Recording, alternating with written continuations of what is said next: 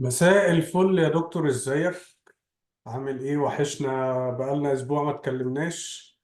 والنهارده اعتقد ان احنا هنتكلم على ال AI او ال Artificial Intelligence او الذكاء الاصطناعي. انا ما اعرفش ليه بيقولوا اصطناعي مش صناعي، فانا مش فاهم ايه الفرق بين الكلمتين دول، بس هو عامة بالانجليزي هي Artificial Intelligence. وانا اعتقد ان الارتفيشال انتليجنس واحده من الحاجات المهمه جدا اللي اي مجتمع حديث المفروض يبقى فاهم، فاهمه كويس، وعارف ايه الابليكيشنز بتاعته او التطبيقات بتاعته، وعارف الامباكت بتاعته على المجتمع اللي هو فيه، لان الامباكت بتاعه كبير، مش صغير. وفي بروز اند كونز، دايما كل حاجة جديدة بيبقى ليها مميزات وسلبيات في أي حتة. فاحنا أي مجتمع المفروض يستفيد بالمميزات بتاعة الارتفيشال انتليجنس، وياخد باله من السلبيات، لأن السلبيات دي هتأثر على ناس كتيرة اقتصاديا، لأن الارتفيشال انتليجنس زي ما المصانع والميكنة خلت ناس كتيرة مش لاقية شغل، فالارتفيشال انتليجنس هيعمل نفس الحكاية أو ليه نفس التأثير على سوق العمل يعني. فدي حاجة أنا أعتقد إن في مجتمعات اوريدي ابتدت تفكر في الموضوع ده، وتشوف إيه اللي ممكن تعمله علشان تواجه المشكلة بتاعت سوق العمل لما الارتفيشال انتليجنس يزيد في سوق العمل. انا مش عايز اطول، بس عايزك نشرح كده الموضوع واحده واحده، ونشوف ممكن نقول ايه في الموضوع ده. اتفضل يا دكتور. مساء الخير عليك وعلى جمهورك يا أستاذ فادي، وصباح الخير لو كان حد بيتفرج في وقت لسه الدنيا صباح. بستعير الكلمة دي من أحمد سامي، الشخصية الجميلة اللي كلنا بنحبها. الارتفيشال انتليجنس، احنا اتفقنا ان احنا هنتكلم عن العلوم. ففي العلوم هنحاول نغطي بيزيكلي مجموعة من العلوم اللي هي هتكون أساس التطور في المرحلة القادمة، أو في القرن الواحد وعشرين. الارتفيشال انتليجنس واحد من العلوم دي. عندنا كمان الادفانسز اللي حاصله في الجينيتك ساينسز. جينيتك انجينيرنج هتكون جزء تاني. والمشاكل الاساسيه زي مشاكل البيئه او الجلوبال وارمنج، الاحتباس الحراري اللي بيقولوه باللغه العربيه. طبعا بالنسبه لسؤالك مساله ذكاء صناعي ولا اصطناعي، هي الترجمه للغه العربيه دايما محكومه بقيود دينيه. مش عايزين يقولوا ذكاء صناعي، لأنه مش عايزين يقولوا إن البشر تقدر تصنع الذكاء. فيقول لك ذكاء اصطناعي يعني مش حقيقي يعني. وهو دي الحقيقة تضايقهم في ايه موجود. يعني؟ ان البشر يقدروا يخلقوا ذكاء؟ يعني ايه الغريب في ايه اللي يضايق يعني أنا حد؟ هرجع بيك للشيخ شعراوي، لأنه هو اللي مؤسس عقليات الأشخاص اللي موجودة دلوقتي في العصر الحديث. الشيخ شعراوي في وقت من الأوقات لما اتسأل عن ال الكمبيوتر، وهل ممكن نوصل لكمبيوتر أكثر ذكاء من البشر، فرد عليهم بالإجابة الذكية جدا، قال لهم فاقد الشيء لا يعطيه. وبما إن الكمبيوتر ما يقدرش يعني ما يقدرش يعني، ما تقدرش تخلق حاجة أعلى منك أنت ذاتك. طبعا ده كله بس هو كلام فاضي. الكمبيوتر من اول يوم وهو عنده قدرات اعلى، يعني هو بيقدر يكمبيوت حاجات كتيره في وقت اسرع بكتير من اي بني ادم، يعني دي أنا حتى في وقتها وكنت صغير على طول رديت قلت طب ما أنت تقدر تعمل مكنة أقوى منك. يعني المكنة بالظبط أكثر يعني. قوة منك. وممكن تعمل سيارة أكثر سرعة منك، فبالتالي يبقى ممكن تعمل ماشين أكثر ذكاء منك. وهي اوريدي من اول فكله يوم كلام إيه. تقدر يعني انت لما تيجي مثلا تقول لواحد قول جدول الضرب مثلا، هتلاقيه بياخد وقت اطول بكتير من لو انت في برنامج بيكالكوليت الارقام مضروبه في بعض يعني. انا بتكلم عن حاجه بسيطه جدا، ودي من الثمانينات، يعني من ايام ما انا كان عندي كمبيوتر صخر، اللي هو الكمبيوتر التعبان جدا يعني. ف... آه. فما اعرفش هو. هي كلها حفلطة في الكلام، فاقد الشيء لا يعطيه ويهز، يعني كله حفلطة في الكلام وبيخيل على ناس كتير، وفي ناس كتير عاشت عمرها كله في هذا الوقت، في هذه الأوهام يعني. فأنا هحاول أرد بالعكس يعني. إحنا كلنا نعرف الاركتكتشر بتاع الكمبيوتر اتعمل سنة I think 36 اللي عمله كان ولو انت المفروض بتتكلم، انا بالاسم يعني اول واحد اعرفه عمل اول كمبيوتر يعني الان تورينج، ده اللي انا ألان اعرفه يعني. تورينج، بالظبط ألان تورينج. سنة 36 البيبر بتاعه كانت على الكمبيوتر اركتكتشر، وشرح ازاي الكمبيوتر هيشتغل. سنة 52 ألان تورينج كان في محاضرة من المحاضرات قال بمنتهى الوضوح ان الكمبيوتر محطوط على الطريق ان هو يتغلب على ذكاء الانسان. ده سنة 56. فمسألة إن الذكاء بتاع الكمبيوتر بيتطور دي مسألة مهمة ولازم نفهمها، ويمكن لما هتكلم النهاردة هيبان ليه إحنا لازم نفهمها. ما ينفعش ناخدها من بره كده كلمتين من على الوش وخلاص. المسألة شديدة العمق، والاي اي هيكون واحد من اساسيات الصناعات الحديثه، الايكونومي الحديث. واي دوله ما عندهاش صناعه اي اي هتتعرض هتتبهدل يعني. فهحاول ان النهارده اتكلم عن التطبيقات المدنيه السيفل، وايه التطورات اللي حاصله في المجال السيفل، وبعدين في محاضره تانية ممكن نتكلم على التطورات اللي حاصله في مجال الاسلحه باستعمال الاي اي. طيب. برضو يعني عايز ادي بريكوشن. دايما لما بنتكلم في مجال العلم هدي البريكوشن ده عن ازاي ان العلم بيتغير. يعني الكلام اللي انا بقوله ممكن مش انا مش الشيخ الشعراوي، ويعني هو منهجه اصلا غلط، فالواحد لازم يوضح المنهج. الكلام اللي انا بقوله، انا طبعا بروفيسور، وده واحد من تخصصاتي الاي اي. فانا ممكن بمنتهى البساطه اقول انا الكلام اللي انا بقوله ده يعني زي الذهب، ومحدش يعني ما تفكرش بعدي. ولكن هحكي حكايه هتكون مفيده. سنه 1933 بالظبط 11 ديسمبر 1933 وقف واحد من علماء الذره، وكان من كبار علماء الذره في وقتها، وقال ان احتمال ان حد يطلع انرجي من انه يشق الذره او بريك الاتوم. قال لهم this is more fiction than reality, it will never happen.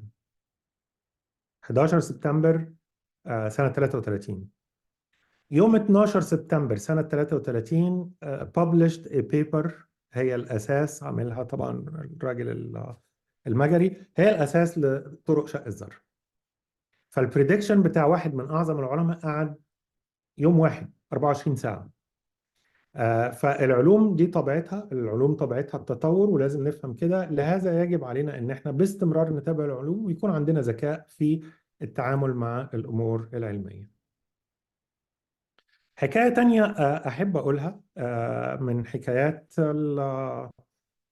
الاغريق. احنا بنسميهم الاغريق اللي هم الجريك يعني. بس احنا لسبب ما اقنعونا ان احنا كعرب ما نقدرش نقول حرف الجيم، نقدر نقول الجيم. يعني الجيم ما نقدرش نقولها فبنقولها غين، فسموهم الإغريق اللي هم جريك. فواحدة من الحكايات بتحكي عن إنسان جه الإله قال له أنا ممكن أحقق لك اللي أنت عايزه. فقال له أنا عايز أي حاجة ألمسها تبقى ذهب، أي حاجة ألمسها تبقى ذهب.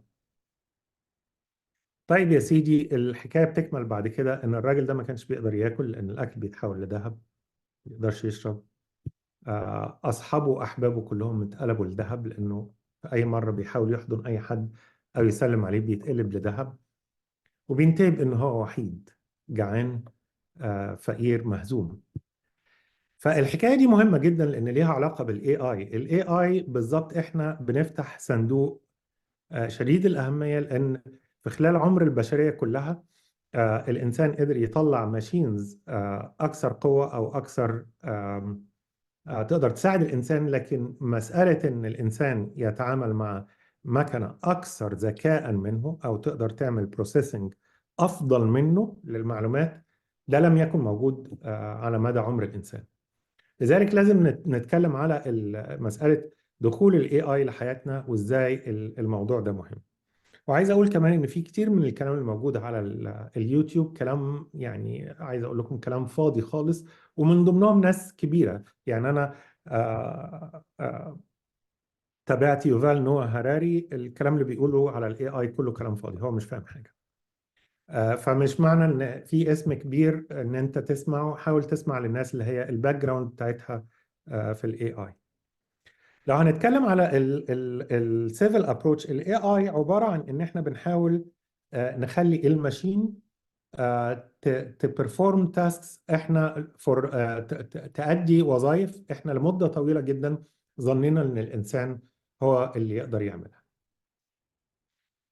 والتوقعات بتاعتنا، لو سألتني التوقعات بتاعتنا من 20 سنة فاتت، كنا متوقعين ان الاي اي يقدر ياخد وظائف اللي هي الرتيبة المملة التكرارية. ده كانت النظرة العامة بتاعت الناس. الحقيقة ان الاي اي بالعكس هو داخل بياخد وظائف الاكثر اللي فيها كرياتيفيتي. يعني الاي اي دلوقتي انت ممكن بمنتهى البساطه تقول للاي اي ارسم لي صوره لصديقي فلان الفلاني وتوصفه له بالكلام، وبعدين تقول له انا عايز الرسمه بتاعتك تبقى زي ما يكون ماني اللي راسمها، فيرسم لك زي ماني بالستايل بتاع ماني. ممكن تقول له انا عايز حاجه لوحه اعملها تشبه الحاجات بتاعت بيكاسو، بس انا عايز يكون فيها كذا وكذا، وانت بتوصف بلغه.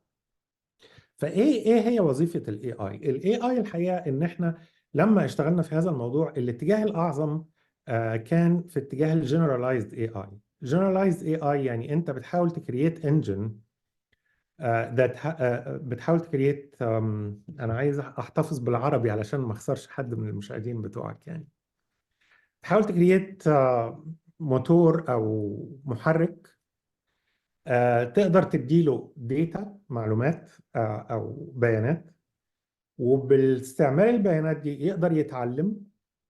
ودي العمليه اللي بنسميها ماشين ليرنينج. والتعلم بتاعه ده تعلم ذكي، فيقدر يشوف في الداتا دي، يقدر يلاحظ حاجات معينه في داخل الداتا دي ممكن ان هو يستعملها، ويقدر يوصل لخلاصه انه يقدر يقسم الداتا او يشوف فيها باترن انت ما تقدرش تشوفها. فعلى سبيل المثال ممكن نحط ميديكال داتا، بيانات طبيه، وبعدين الاي اي يبتدي يقول لك لا انا لاحظت هنا حاجه الدكاتره ما كانوش قادرين يلاحظوها، ان في علاقه بين كذا وكذا، ودول عوامل انت ما كانوش في ذهنك خالص، ما كانوش في ذهن الاطباء. فبالتالي الاي اي هنا بيعمل لك جامب، لانه بيدخلك وبيوصلك لمرحله انت ما كنتش تقدر تعملها. على سبيل المثال البشر العاديين بيقدروا يتعاملوا مع مجموعه من المتغيرات في حدود 5 ل 6، مش اكتر. لما بتدخل الانتخابات تنتخب حد، انت غالبا بتقارن في حدود 3 او 4 مواضيع ما بين المرشحين اللي قدامك، بتشوف موقفهم على 3 او 4 مواضيع، ما بتشوفش موقفهم بصورة كاملة على كل شيء. الاي اي ممكن يوصل لان هو يدرس الموضوع من ملايين الجوانب، ملايين الجوانب او اكتر. هو الحقيقة ان احنا ما عندناش حدود غير حدود امكانيات الآلة بتاعتنا، والامكانيات بتتحسن باستمرار. فلذلك الاي اي اصبح مساله مهمه. هل الاي اي هيريبليس او هيحل محل الشغلانات الرتيبه التكراريه؟ لا، احنا عندنا الاي اي كتب بالفعل مجموعه من الافلام، كتب سيناريوهات وقصص مجموعه من الافلام لهوليوود. الاي اي بالفعل بيرسم، الاي اي بالفعل بيعمل انيميشن. الاي اي ألف قصص، دخل في الحاجات اللي هي كرييتيف، لدرجة إن إحنا كان في عندنا هنا ممكن تتكلم عن كده على أساس بس نعرف الناس الإضراب اللي كان حاصل في هوليوود. كان في إضراب قعد 100 يوم في هوليوود اللي قام به الكتاب. ممكن تكلمنا عنه يا فادي لو تحب. لا، هو انا ما كنتش متابع قوي، بس اللي انا عارفه ان الاي اي دخل في صناعه السينما، فطبعا في ناس مش لاقيه شغل، او يعني الشغل قل بالنسبه لناس كتيره. زي ما انت بتقول.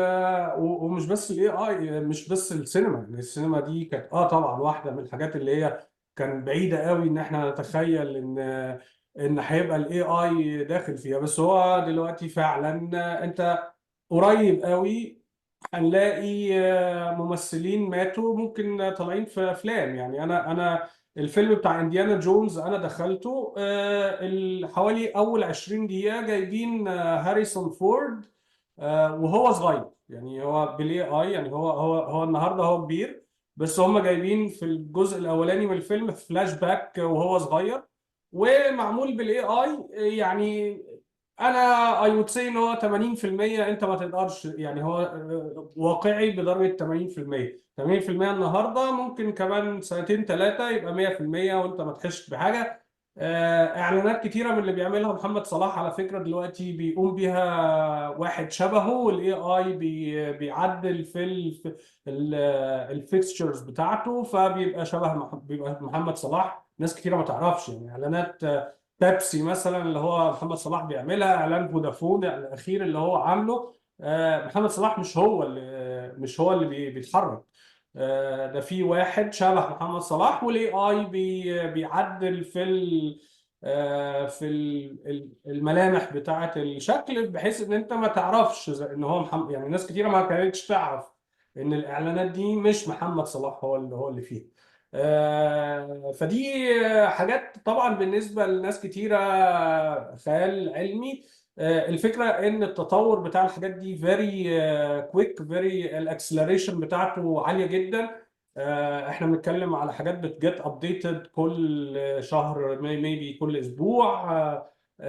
فالموضوع سريع جدا. في شركات كتيره بتكمبيت مع بعض، بتتنافس مع بعض علشان تطلع احسن موديل. تشات جي بي تي دلوقتي في مايكروسوفت طلعت واحد غيره اعتقد بكابابيلتيز اكتر. فالموضوع كبير.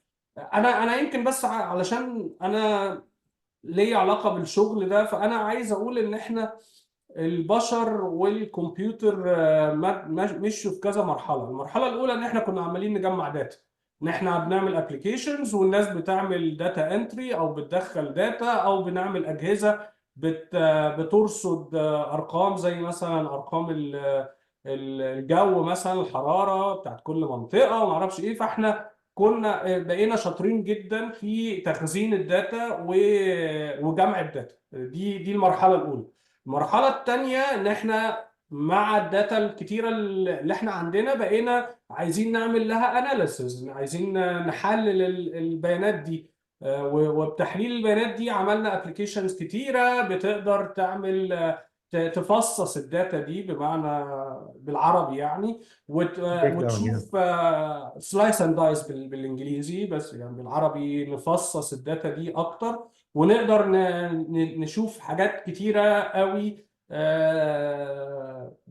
ريجاردنج اي حاجه. يعني مثلا اي حاجه احنا بنعملها النهارده على السوشيال ميديا استراكت في ابلكيشنز بتراك، بتجمع احنا بنعمل ايه. انا بقعد قدام الفيديو ده كام ثانيه، البوست ده بشوفه بعديه بسرعه ولا بعلق عليه ولا بعمل ايموشن عليه، وهكذا. ويقدر يكلاسيفاي يكاتيجورايز البوستات، ويعرف انا بحب ايه، ما بحبش ايه الحاجات اللي بتستهويني، ايه الحاجات اللي بتنرفزني. طبعا الفيشل ريكوجنيشن، فكره ان انت تشوف ملامح الوش وتعرف اذا كان الراجل ده اللي قدامك ده فرحان مبسوط متغاظ زعلان غضبان وات ايفر قلقان. الحاجات دي حصل فيها ادفانسمنت رهيب جدا.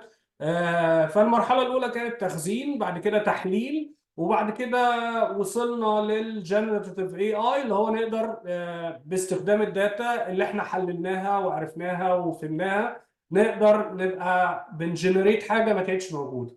ده اللي احنا فيه النهارده.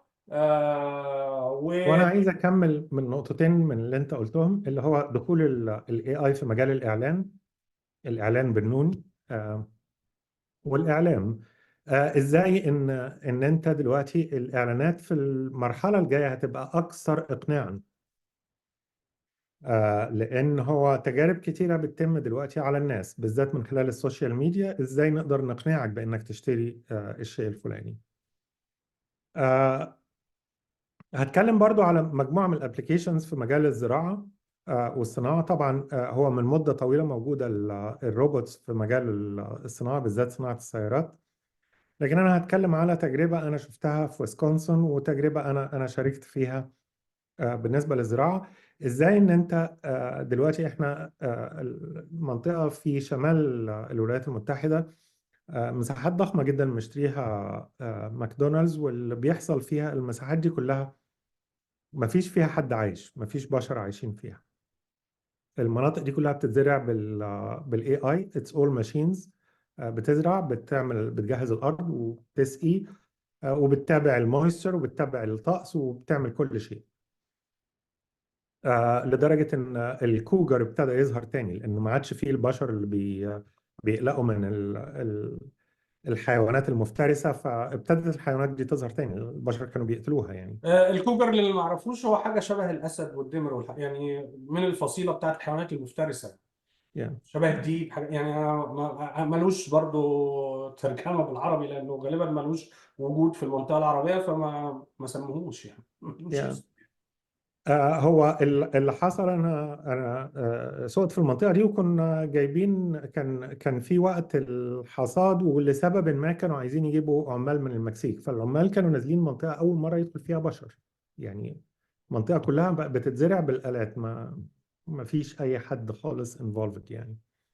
واحنا داخلين في الموضوع ده، يعني احنا عملنا ريسيرش على، استعملنا الدرونز بتطير على ارتفاع واطي قريب جدا من الزرع، تاخد صور كل يوم. والصور دي بيتم تحليلها برضو اوتوماتيك بالاي اي، ده الجزء اللي انا كنت انفولفد فيه. وبنقدر نعرف اذا كان في اي حشرات او فيروس او مايكرو اورجانيزم. يعني احنا بالتصوير اللي احنا بنصوره، احنا وي ديتكت، ده شغل من ضمن الشغل اللي انا عامله، وي ديتكت ان يكون في مايكرو اورجانيزم، بكتيريا ابتدت تظهر على الزرع، وبالتالي بيتحدد بالظبط الزرع ده يترش بايه تاني يوم. فانت الزرع بيتم متابعته يعني وبدون انفولفمنت من اي بشر.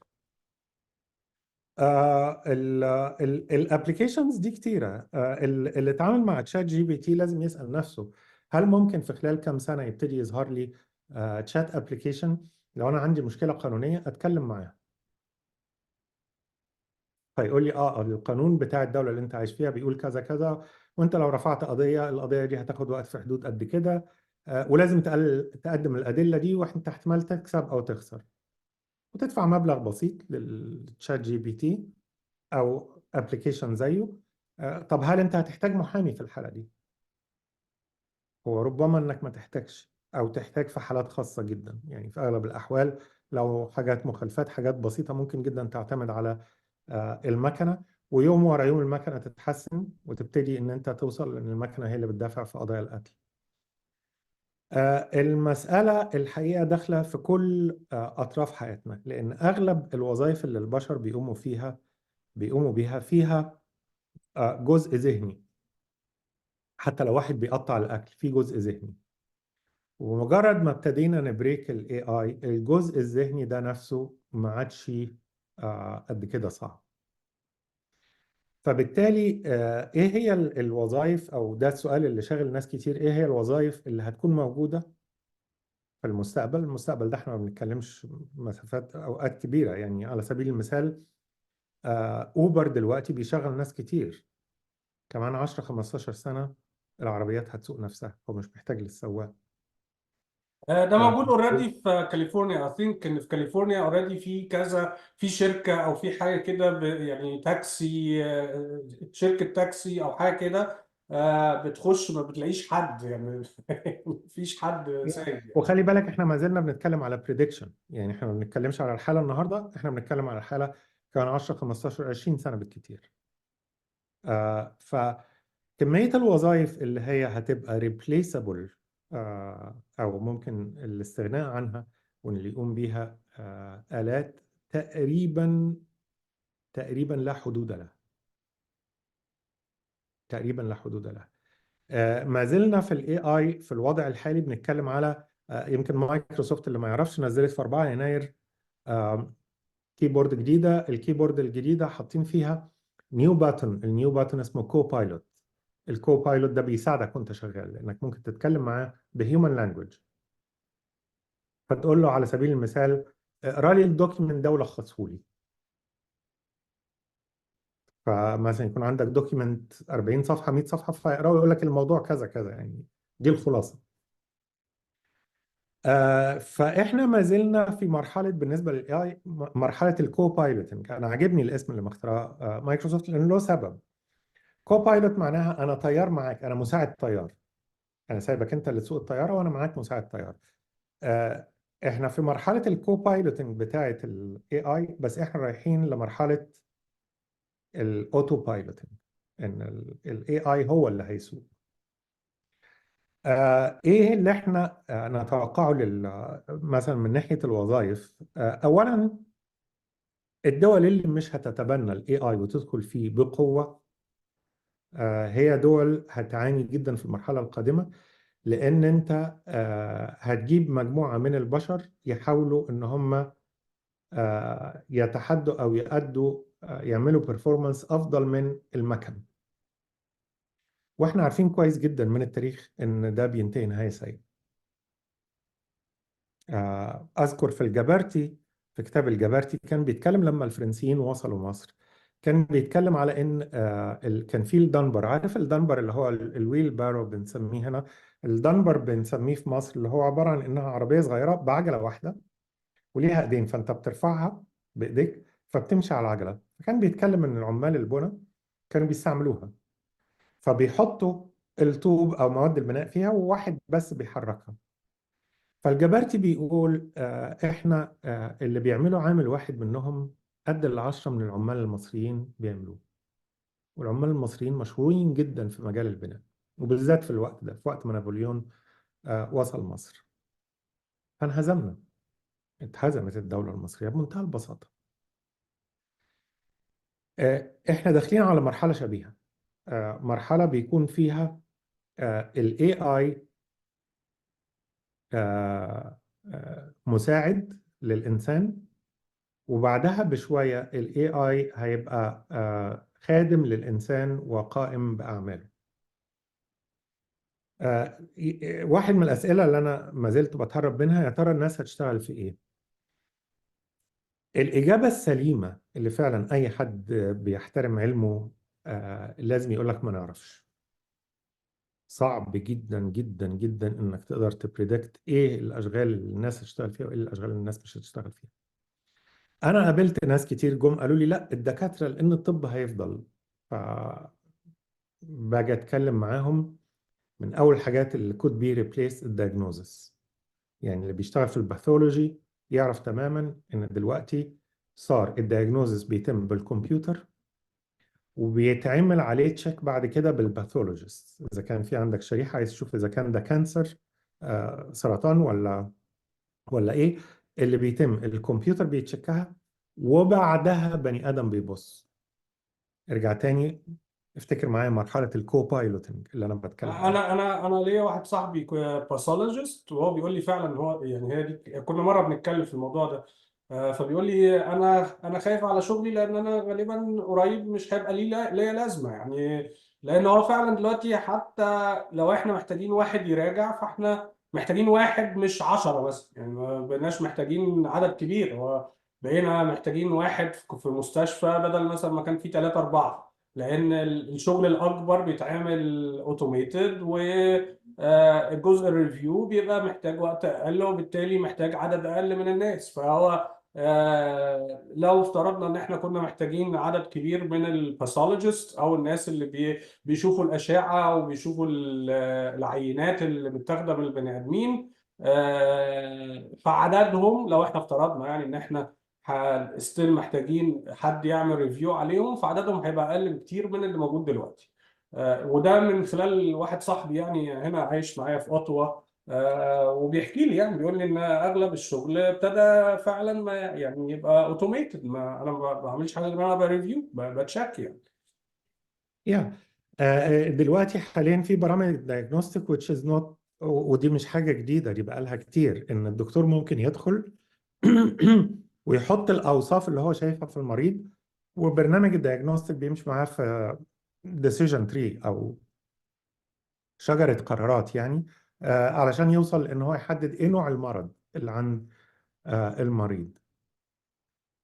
الحاجات دي لغاية دلوقتي ما زلنا بنقول إن هي مش بيرفكت. لهذا السبب بنحتاج الإنسان، زي ما بيقول لك في الأوتو درايفنج لازم أنت تفضل قاعد وحاطط إيدك على الدرايفنج ويل علشان لو العربية بتعمل حاجة غلط انت تاخد القرار. لكن المستقبل متجه مش في كده، المستقبل متجه ان العربية اللي هتاخد القرار. آه، هو يعني انا في واحد مشهور، المفروض يعني المفروض اي حد مهتم بالاي اي يكون سمعه على الاقل مره، يعني اسمه مصطفى سليماني. مصطفى سليماني ده راجل انجليزي من اصول باكستانيه حاجه كده، يعني المهم يعني ان هو كو فاوندر في تو اي اي كومبانيز، وان اوف ذا بايونيرز، واحد من الرواد في المجال بتاع الاي اي. وكتب كتاب اسمه ذا كامينج ويف. الكتاب ده واضح ان هو مشهور قوي لان الايكونومست جابته، كان بيتكلم على الكتاب والكلام ده.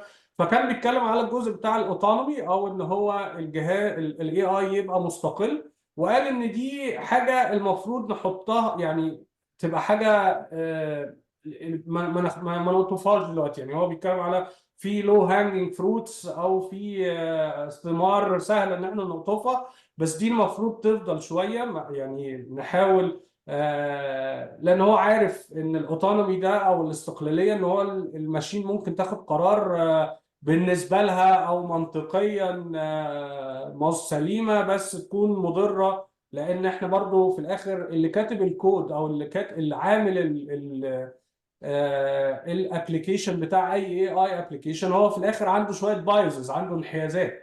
يعني مثلا من ضمن الانحيازات اللي معروفه مثلا ان هو مش اللي كاتب الابلكيشن، هو الداتا فيها انحيازات. وات ايفر الابلكيشن يعني. الالجوريثم اتسيلف از نوت بايظ، بس يعني الداتا نفسها فيها انحيازات. فمثلا من ضمن الابلكيشنز اللي كانت بتريفيو الريزوميز مثلا، او الطلبات العمل، كانت بتفيفور الراجل الابيض عن الكالرد بيرسون مثلا يعني. لان الهيستوري بتاع النجاح بتاعهم كان كده، يعني هم they hired الراجل الابيض كذا مره وناجحين في كده، ف this is why. فهي الداتا فيها انحيازات، ده موضوع مهم. يعني هو احنا محتاجين نكمل في اتجاهين. في اتجاه الاول ان احنا نكريتيسايز الاي اي، الاتجاه الثاني ايه الحل، او الدول المفروض تعمل ايه. دول النقطتين اللي عايز ان احنا نكمل فيهم. بس قبل ما نمشي، او قبل ما نتنقل من النقله دي، عايز اقول ان مفيش اي شغلانه سيف. لو انت بتحاول تشغل دماغك انك تقول مثلا طب لعيب الكوره ده هيبقى شغلانه سيف، هقول لك برضو ما هياش شغلانه سيف. إيه هي شغلانه السيف؟ احنا مش عارفين. مفيش حد يقدر يبص كده في بنوره سحريه ويقول لك الشغلانه الفلانيه مش هتتعرض لمشاكل. فغالبا التأثير بتاع ال AI على الاقتصاد هيكون تأثير قوي جدا. وهيكون صعب على الدول اللي لا تملك ال AI إن هي تتنافس في الاقتصادات الجديدة. من المؤكد إن كل دولة هتتخصص في نوع معين من المنتجات، حسب الهيستوري بتاعهم والحاجات اللي هم يكونوا قادرين إن هم يغطوا فيها. لكن إذا كان مثلا أنت عايز تقول أنا هزرع قطن، فلازم تعرف إن في غيرك هيزرع قطن بطريقة تانية خالص، فهينتج القطن أرخص منك بكتير جدا. وأنت مش هتقدر تتنافس فيه. لأن الحل الوحيد بتاعك إنك تشتري منه التولز وتفضل مرهون بيه، أو عبد ليه، لأن هو اللي بيتحكم فيك في كل حاجة. ويستمر الضعف الاقتصادي، ويستمر المعاناة بتاعت البشر يعني. الانتقال للاقتصاد القائم على ال AI دي نقلة مهمة جدا. ما تقدرش انك ما تعملهاش، وما تقدرش انك تتخلى عنها. وبعدين الميزة فيها كمان انها مش محتاجة منك اكتر من ان انت تعمل تعليم محترم وتطلع كوادر محترمة. يعني هي انك تبني الاقتصاد بتاعك في هذا المجال ما هوش صعب خالص. في دول كتير يعني على سبيل المثال اسرائيل من الدول اللي دخلت مجال الهاي تك متاخر جدا. طب وصلت لايه في مجال الهاي تك؟ لا، اسرائيل مكسره الدنيا في مجال الهاي تك، ويعني هم اغلب صادراتهم هاي تك. فهي ما زلنا في مرحله يمكن الدخول في هذا المجال قبل ما المجال ده ما يتطور بدرجه ان احنا يكون القطر فاتنا. النقطة التانية اللي هي اللي مهم ان احنا نتكلم فيها، اللي هي ايه هي عيوب الاي اي. هل الاي اي ده بالفعل الجوريثم او لوغاريتم انت ما بيغلطش وما فيهوش مشاكل؟ لا، هو طبعا في مشاكل. هو في مشاكل، وبناء هذه اللوغاريتمات او بناء هذه الانجنز لازم تاخد وقت من ان احنا المحاولة والخطأ والتحسين والتطور. آه، على سبيل المثال كان في انا هتكلم في كذا مجال. في مثلا مجال كتابة المقالات الصحفية. فدلوقتي في جرايد كتير بتتكتب فيها المقالات اوتوماتيكلي، ما بيكتبهاش بشر. جريدة سان فرانسيسكو تايمز عندها مجموعة من الماشينز اللي بتكتب ارتكلز، بتكتب مقالات صحفية.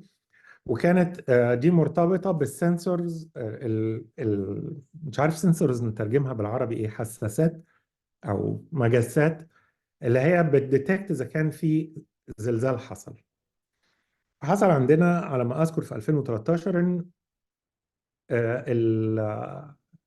الحساسات دي ديتكتد او اتهيأ لها ان في زلزال حصل بالخطأ. ونزل ارتكل في السان فرانسيسكو تايمز بيقول حصل امبارح زلزال، وكانت المباني اللي في الاماكن الفلانيه والفلانيه والفلانيه واتحطمت، والمستشفيات الفلانيه والفلانيه كانت زحمه وكده، وكل الكلام ده ما حصلش. هو مجرد ان السنسورز عملوا رونج ديتكشن. انت بيحصل عندك بقى الدومينو افكت، ان حاجه بتسبب حاجه بتسبب حاجه بتسبب حاجه، في النهايه خالص اتكتب الارتكل. فالناس لما قروا الارتكل تاني يوم وهم عايشين في البلد ما حدش قدر يفهم الموضوع. الكلام ده بيتكرر بصوره كتير. في كنا اشتغلنا برضو في سان فرانسيسكو على ديتكشن، حاولنا نعمل ترانجوليشن بحيث ان احنا لما يحصل ضرب نار في مكان، بنديتكت الصوت اوتوماتيكلي وبنترانجيوليت، بنقدر نعرف النقطة بالظبط اللي حصل فيها ضرب النار، مكان ضرب النار، الجي بي اس لوكيشن بتاعه. وبعدين بنعمل ايه بعد كده؟ بنديتكت مين الناس اللي كانوا في المنطقة دي من خلال الداتا بتاعت السيلولار فون، وبنقدر نحصر اوتوماتيكلي ان في عندنا مثلا حاجة 3 4 مشتبه فيهم، ويبقى في امر اوتوماتيك للقبض عليهم. الكلام ده بعد كده طلع ان هو معارض للدستور وبتاع واتلغى، وبرضه كان حصل غلط، لان كان في مره من المرات كان صوت انشاءات، كان الصوت اللي ديتكتد على انه ضرب نار كان ده حصل من موقع انشاءات يعني. فبالنسبه للاخطاء، في اخطاء.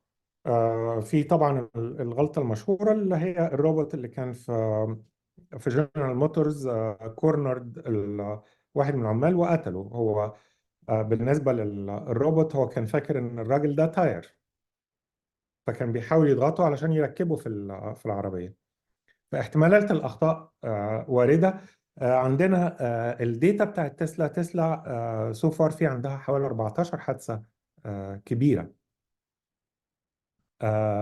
بس هي الفكرة ان احنا بنتعلم من الحوادث دي. لو جينا نشوف، لو مشيت العربيات اللي هي السيلف دريفن اللي بتقود نفسها دي، اللي هي تسلا عاملاها وفي شركات تانية عاملاها، لو مشيت نفس العربيات دي بقيادة بشر، فعدد الحوادث كان هيكون أكتر من كده بكتير. فاحنا بالفعل عدد الحوادث أقل من اللي كان. يمكن آخر حادثة كان العربية كان فيه على شمالها تراك، بس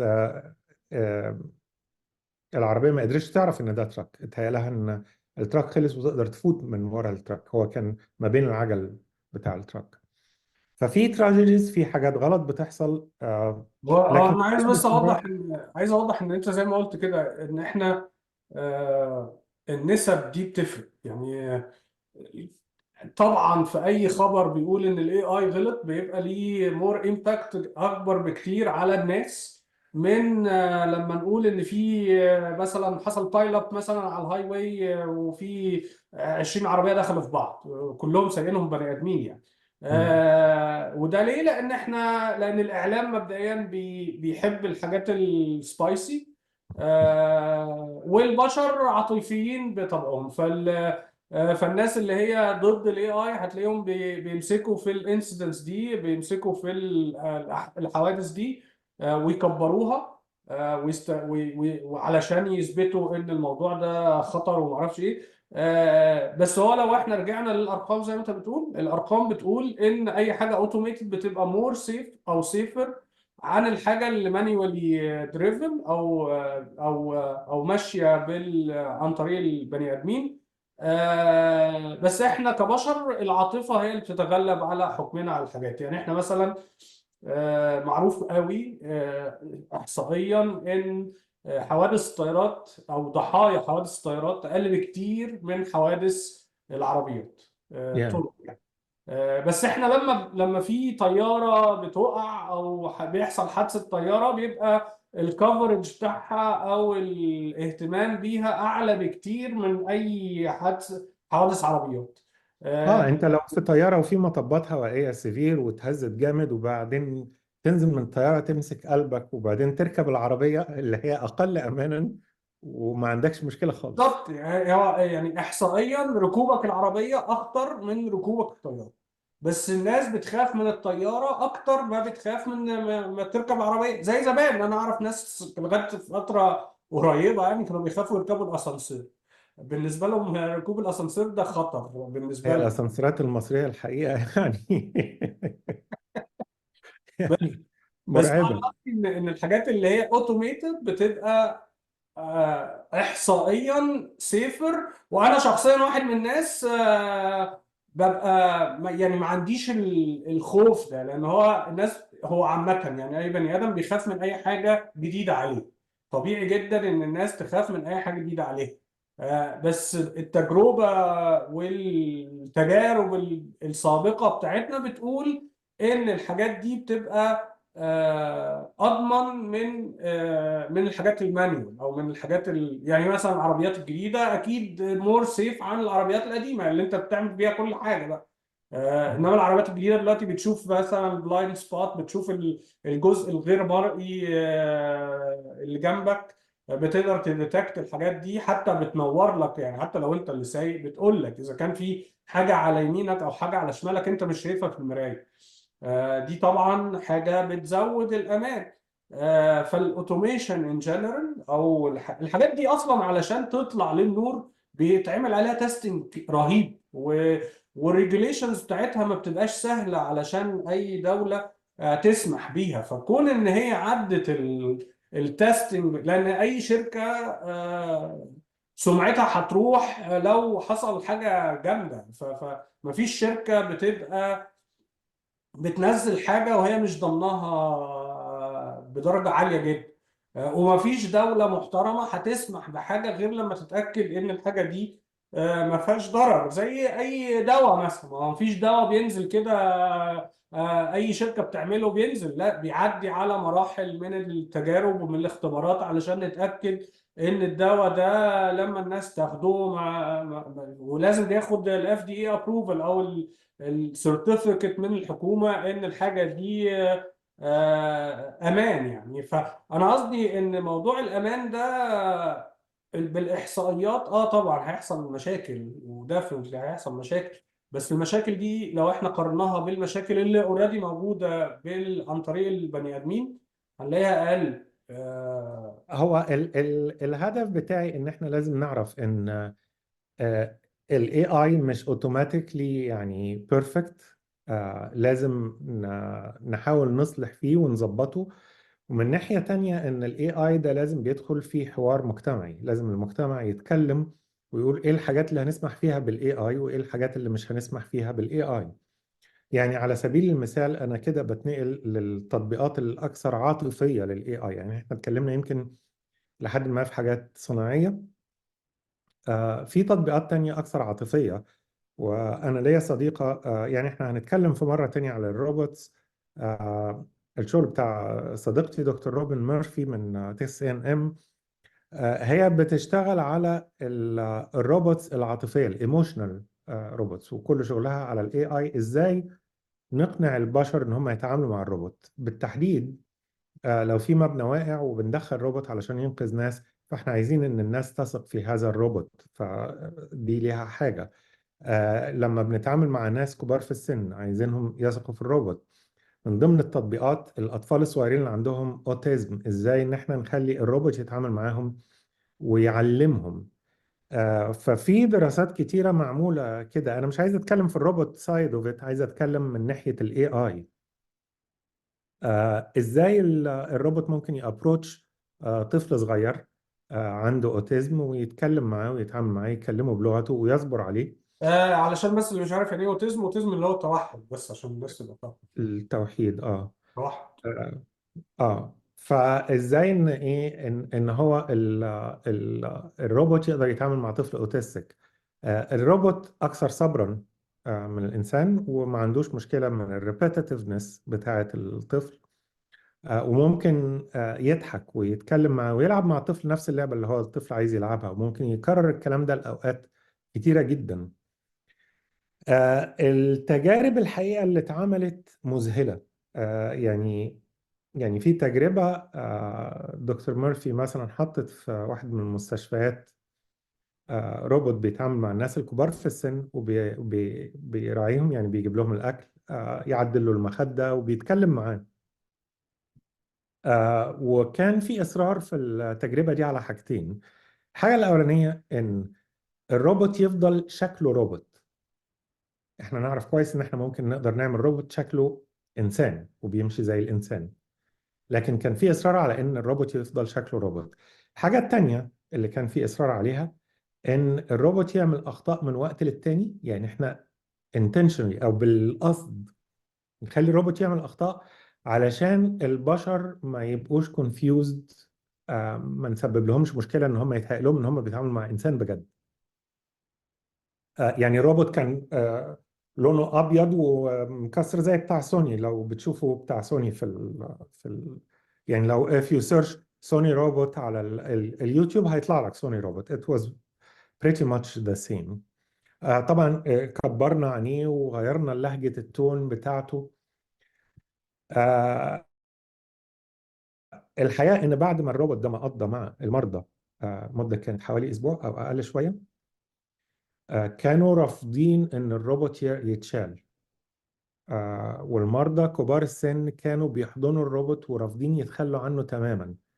ولما جه الوقت ان الطلبة بتوع الدكتورة حاولوا ياخدوا الروبوت، المرضى نزلوا بالويل تشير لغاية تحت المستشفى علشان يمنعوا ان الروبوت ده يتشال، لانهم كانوا بيحبوه جدا. آم، انا عايز ادي امثلة تانية بس probably تكون controversial. ما اعرفش انت القناة بتاعتك بتاخد فيها قد ايه، لا او احنا ما بتسمح فيها عندناش قد ايه controversy. سقفنا عالي قوي. خد راحتك خالص يعني. في الحقيقة جروبس في اليابان من رجالة عاملين علاقات عاطفية مع هولوجرامز. الهولوجرامز يعني احنا عارفين ان الاي اي انجن بنقدر نعمل اي اي انجن. الريبريزنتيشن بتاعت الاي اي ده في الحقيقة ممكن يكون ان انت بتتشات معاه عن طريق الكيبورد، او ممكن يكون في شكل روبوت، او ممكن يكون في شكل هولوجرام. ففي مجموعة مش قليلة. الهولوجرام اللي هو حاجه 3 دي، حاجه مجسمه كانها 3 دي يعني. وهمية. اكشولي في بعض مطربات الكوريات اللي هم البوب ميوزك ايكونز. في اكشولي فريق كوري مشهور جدا، ده كله نون اكزيستنج. they are just holograms، وبيعملوا موسيقى كلها اي اي، والناس بتجري وراهم وبيكتبوا لهم جوابات، ويعني مقطعين بعض. لكن في ارتباط عاطفي. يعني في رجاله كتير عملوا ارتباط عاطفي مع بنات هولوجرام، وفي ستات عملوا ارتباط عاطفي مع رجاله هولوجرامز. وهنا بنشوف المانيبيوليشن. يعني اللي عايز يفهم اللي بتكلم معاه، هقول اللي بتكلم عنه. يعني هقترح عليه يشوف الموفي اسمه اكس ماكينة او اكس ماشينا. الفيلم ده بيتكلم على المانيبيوليشن. هل الاي اي يقدر يعمل مانيبيوليشن؟ الفيلم مبالغ شوية في انه بيقول ان ده يعني المانيبيوليشن دي it's the top of human intelligence. هي الحقيقة المسألة مش كده. المانيبيوليشن ما يفرقش عن حاجات تانية. لكن في الفيلم ده بيقع البطل في حب المكن. وانت لو اتفرجت على الفيلم فعلا هتقع في حب المكنة، لان بتلاقيها very honest. بتحاول بكل اللي تقدر عليه انها تساعد البطل البروتاغونست بتاع القصة. مسألة الارتباط العاطفي والارتباط الإنساني مسألة مهمة جدا، لأنها مش بتغير في الإيكونومي بتاع المجتمع أو في الحكم بتاع المجتمع أو في الفلوس بتاعت المجتمع. ده بتغير في الهيومن ايموشنز. إن اللي متوقع إن إحنا هندخل على مرحلة هيكون فيها نسبة عالية من الشباب بيرتبط عاطفيا بهولوجرامز أو بروبوتس. ومجموعة كبيرة جدا من البنات هترتبط برضو بهولوجرامز أو روبوتس. اللي مش قادر يصدق ده هقول له حاول تبص للمجتمع الحالي المعاصر اللي احنا عايشين فيه. قد إيه من المجتمع بتاعنا الشرقي مرتبط بالسوشيال ميديا لدرجة إن هو انفصل عن الحياة الفعلية، انفصل عن إنه ينزل الشارع يقابل ناس أو يتعامل معهم. قد إيه من الناس بيقعد في الكافي شوب حاطط السماعات في ودنه وعمال شغال على الفيسبوك. طبعا اكيد عارفين ان دلوقتي الانفلونسرز اليوتيوب انفلونسرز دول ممكن يكونوا برضو made up character. Actually YouTube is investing يوتيوب بتستثمر اموال طائلة في ان هي تعمل كده. يعني ممكن فادي بدل ما يظهر لكم بصورته يعمل افاتار very humanized. يعني مش افاتار شكله كرتونايزد، لا، زي بني ادم. وتتعاملوا معاه ومش هيأيج اوفر ييرز، وهيتحسن وهيقدر يفهم الناس عايزينه في ايه كمان.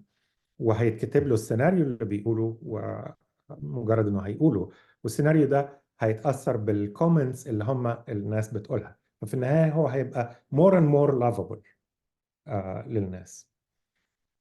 لما تفهم كده كويس تلاقي ان النقلة اللي جاية بعدها ان الكثير من الشباب هيبتدي يرتبط بجيرل فريند او بوي فريند ما بيقولولوش لا. متجاوبين معاه تماما، فاهمينه جدا، لان هم عندهم ديتا عنك من وانت طفل، فاهمينه جدا. بيقولوا لك الكلام اللي انت محتاج تسمعه، وبيسمعوا لك بمنتهى الانصات. طبعا اي حد متجوز يعرف ان الكلام ده شبه مستحيل في الحياة. فانت لو هتقارن زوجة AI ولا زوجة حقيقية، او زوج AI ولا زوج حقيقي، العلاقة مع ال AI هتكون جذابة جدا. وانا الحقيقة بكتب قصة على الموضوع ده. خوف ان الواحد يكون انا عنده. ينفع بس اقول تعليق على الموضوع ده؟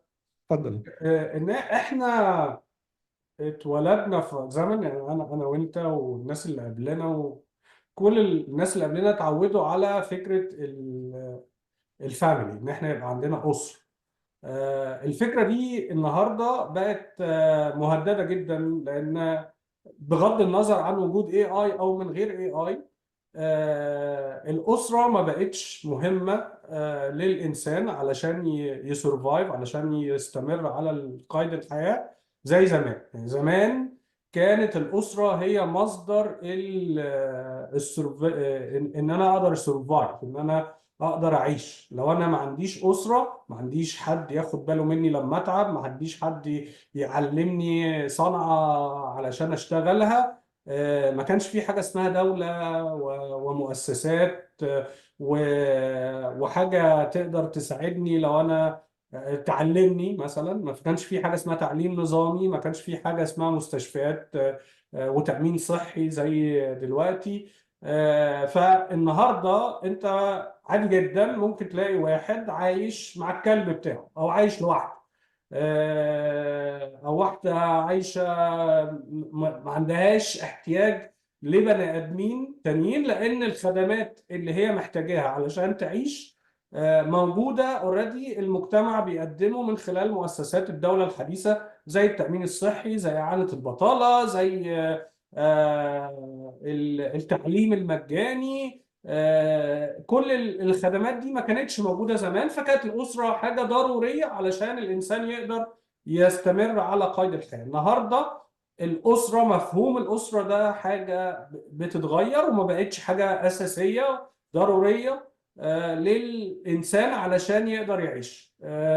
في ناس فاكرة إن الأسرة دي منذ وجود البشر على القيد الحياة. لا، دي مش حقيقة. هو الأسرة الحقيقة في علم المجتمع أو علم الاجتماع في كلام كتير على البناء الأسري والبناء القبلي والبناء إزاي ده اتغير على مدى التاريخ البشرية وعلاقته بالنظام السياسي. يعني ده له تأثير على تشكيل النظام السياسي. وممكن نبقى نعمل حلقة على كده. يعني المرحلة اللي احنا بنعيش فيها حاليا، اللي احنا قربنا ننتهي منها، هي حاجة بتتسمى الأسرة النووية، نيوكلير فاميلي. ده الوضع الحالي. فأنا بأكد يعني كلامك إن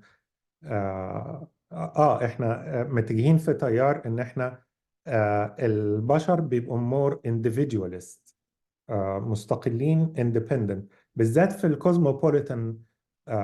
المجتمعات الكوزموبوليتان، المجتمعات اللي هي الحضارية، اللي عايشين في مدن أكثر دايناميك. يعني مدن الحركة الاقتصادية حركة البيزنس وحركة الحياة فيها سريعة. البشر عمالة بتتجه أكتر وأكتر للانعزالية والانفرادية، إنك تبقى كائن مخلوق لوحدك. وبياخدوا الاحتياج العاطفي بتاعهم بيجي من إن هو زي ما قلت بيربي كلب أو بيربي قطة. عايزك تتخيل إن في المستقبل هيكون في معاك روبوت ممكن تشتريه، والروبوت ده يبقى هو الزوجة أو الخادمة أو الزوج أو الخادم إلخ إلخ يعني.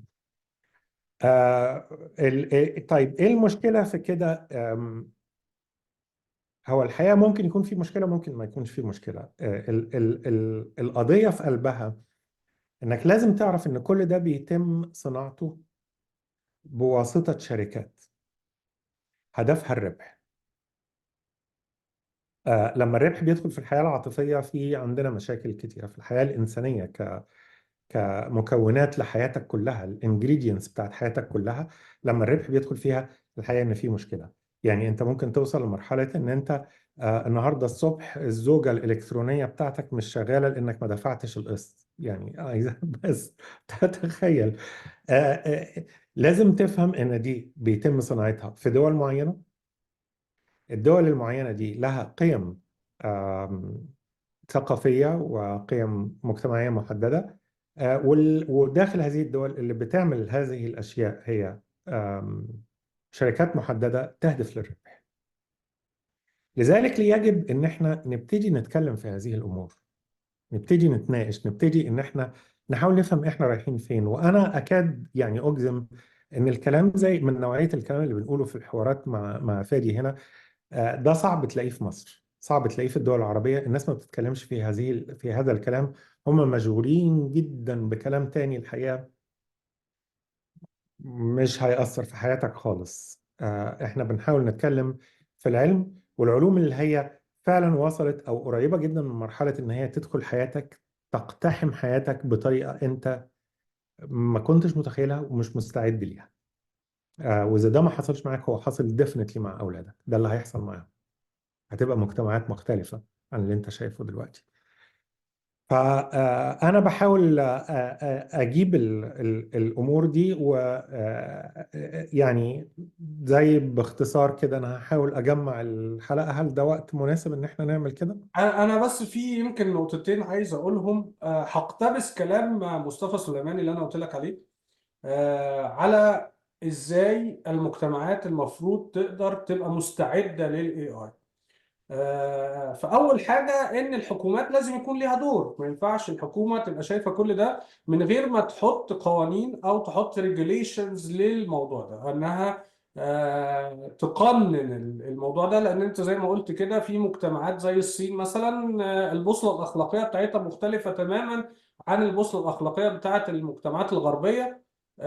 هم في حاجات كتيرة قوي دي ignored. احنا يمكن في المجتمعات الغربية بنهتم بحاجات زي مثلا الحرية الفردية، الاستقلالية، ان البني ادم ده ليه فاليو. يمكن الصين ما عندهاش الكلام ده قوي. فدي حاجة المفروض العالم كله يشترك فيها علشان يحط قوانين تنظم العلاقات ما بين الاي اي وما بين البشر، لان دي حاجة مهمة. التشالنج بتاع الموضوع ده ان الناس اللي شغالة في الحكومة او السياسيين معلوماتهم في المجال ده تقريبا تحت الصفر. ما عندهمش اي نوع من انواع المعلومات في الموضوع ده.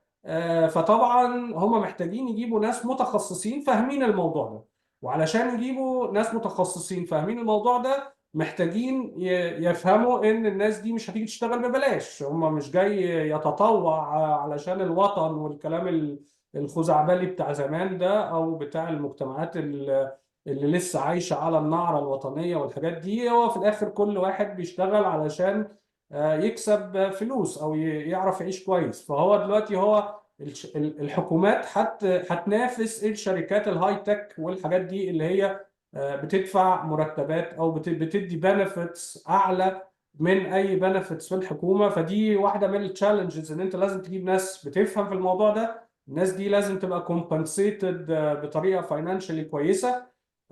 ودي حاجة مهمة. أي مجتمع عايز يعرف ينظم الدنيا ما بين ال AI وبين البشر لازم يحطها in consideration. دي النقطة الأولانية اللي أنا يعني استفدتها من مصطفى وهو بيتكلم.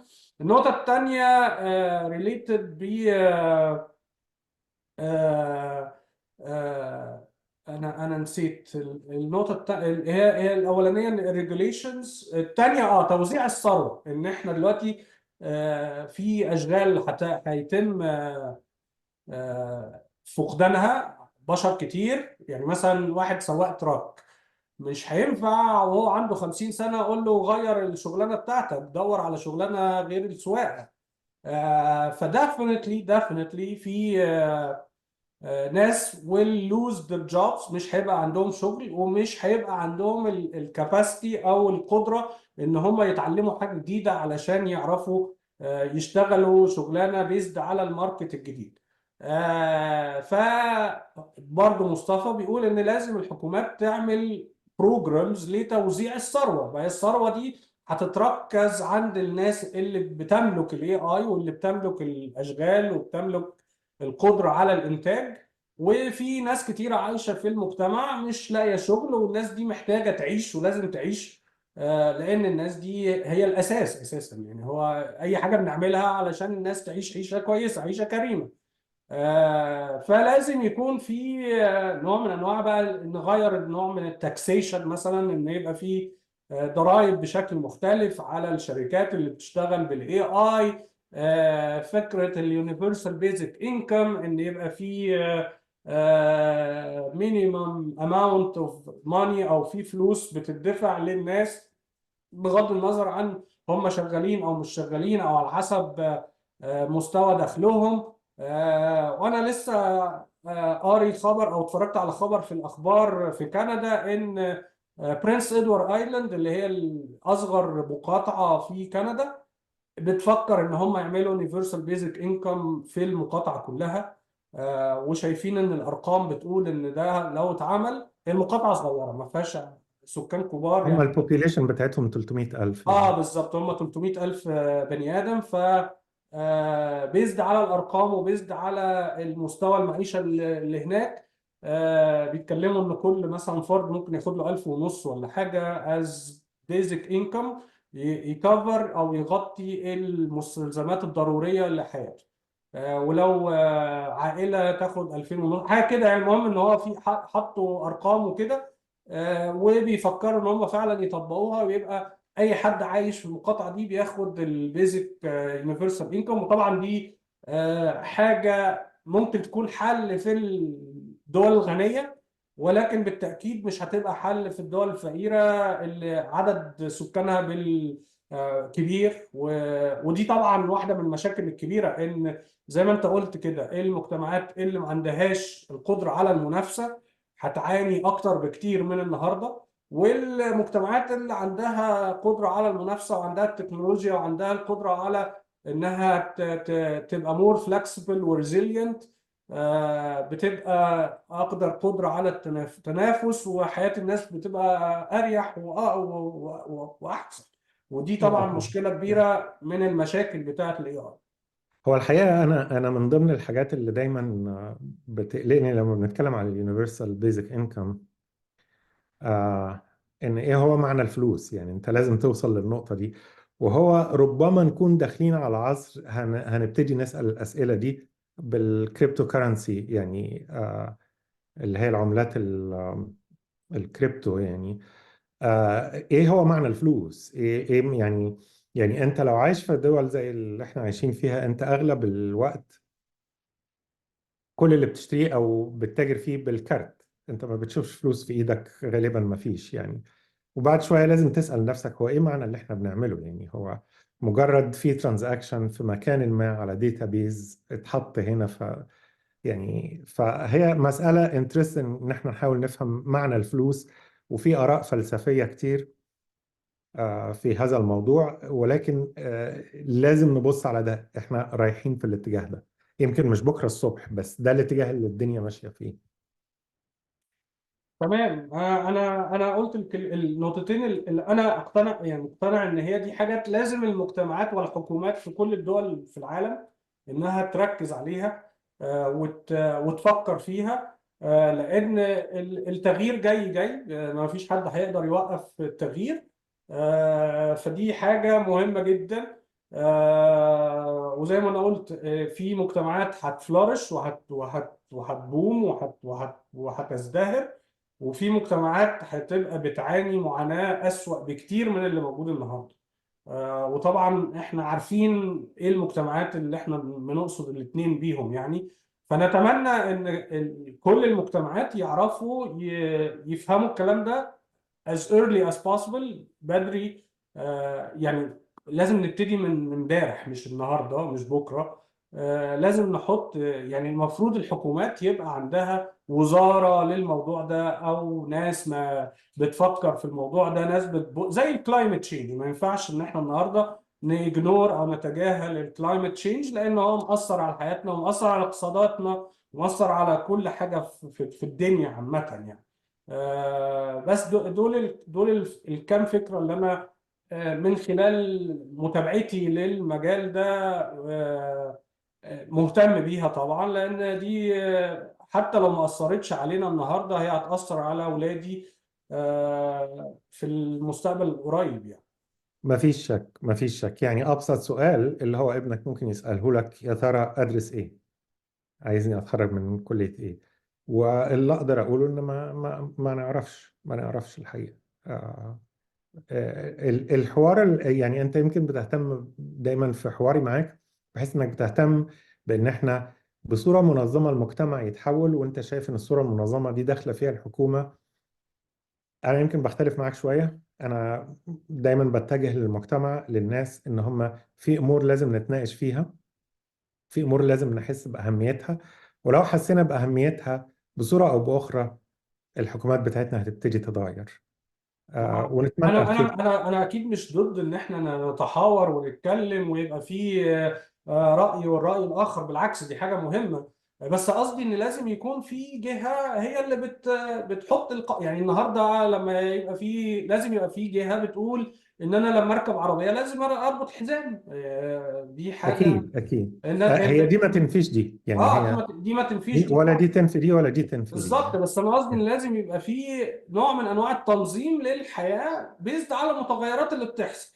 وعشان المتغيرات اللي بتحصل دي تحصل، لازم يكون في طبعا مناقشات وديبيتس ورأي والرأي الآخر، ولازم يكون في ناس متخصصة بتتكلم. ما انا ما ينفعش اجيب واحد ما اتعلمش حاجة ولا فاهم يعني ايه. يعني مثلا زي الاستجواب اللي عملوه لمارك زوكربيرج في الكونجرس مثلا، كان حاجة كوميدية جدا. ناس مش فاهمة حاجة، والمفروض هي دي اللي بتحط القوانين، عمالين بيستخدموا واحد عنده شركة كبيرة جدا في مجال الهاي تك، وبيسألوه أسئلة ساذجة جدا. أي واحد زي ولادي مثلا يعرف يرد عليها، وهم ما أبيض يعني، أبيض يعني ناس كبار سنا، علاقتهم بالتكنولوجي علاقة بدائية جدا. وبالتالي احنا محتاجين يعني انا اعرف ناس صحابي شغالين في الحكومه في السكيورتي والحاجات دي، لما مثلا واحد يفكر يعمل حاجه جديده فبتاع السكيورتي يقول له اه الكلام ده السكيور، الكلام ده مش سكيور. فدي حاجه لازم تبقى موجوده، لان في الاخر اي حاجه هتتعمل لازم يكون في راي الشخص المتخصص البروفيشنال اللي فاهم الموضوع كويس، علشان ما نروحش ما نمشيش ورا ناس مش بروفيشنال. لان الحاجات دي اي في اي مجال، يعني انا ما ينفعش اتكلم في اجيب حد ما بيفهمش في حاجه واخليه يمسك الحاجه دي وياخد قرارات فيها، لان هو بنشوف يعني إن النتائج بتكون متنيله بنيله يعني. بس يعني ده انا اعتقد كل الناس فاهمه انا قصدي على ايه يعني، بعيدا يعني عن الاشخاص يعني. بس ده رايي عامه في اي مجتمع في العالم يعني. طيب I think ان احنا المفروض نختم يعني، واتمنى ان الناس يدخلوا ويشاركونا تاني. المرة الجاية هنتكلم عن ال AI في مجال السلاح والحروب، وده موضوع مهم يعني. تمام. اشكرك يا دكتور، واتمنى ان الفيديو ده يكون مفيد للناس. احنا فعلا بنحاول ننقل الكلام اللي بيتقال في المجتمعات الحديثة، لان هو كلام مهم. طالما الناس دي بتتكلم فيه يبقى هو كلام مهم، محتاجين كل العالم يبقى اوير بيه وعنده فهم ليه، لان كل الحاجات اللي احنا بنتكلم عليها دي بتمباكت، ليها تأثير على كل العالم مش على بلد معينة ولا منطقة معينة يعني. بس أشكرك يا دكتور على وقتك، وأشكرك على الفرصة دي إن احنا اتكلمنا في موضوع مهم. و...